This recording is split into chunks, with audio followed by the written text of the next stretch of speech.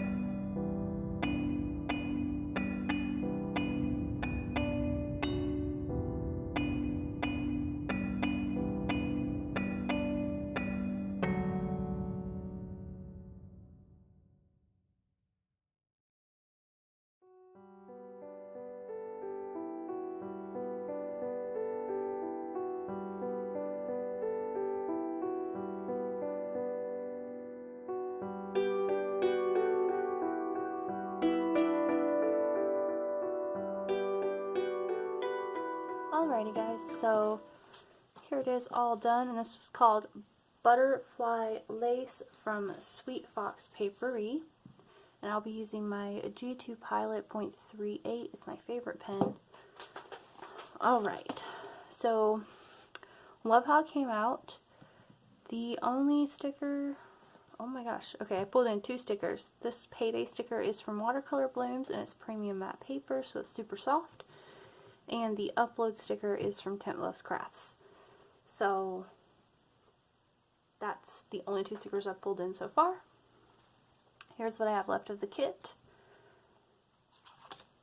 Just some functional stuff, some washi, and then I used up all the boxes. So yeah, don't forget to check out everybody down below. Like the video if you haven't already. It does help me out, and with YouTube the way it is these days, any little bit helps. And if you want to be notified when I do upload a video, there's a bell next to the subscribe button that you can click, and it will notify you, hopefully. Again, who knows with the way YouTube works these days. So, anywho, I will talk to you guys again real soon. Much love to all of you, and bye for now.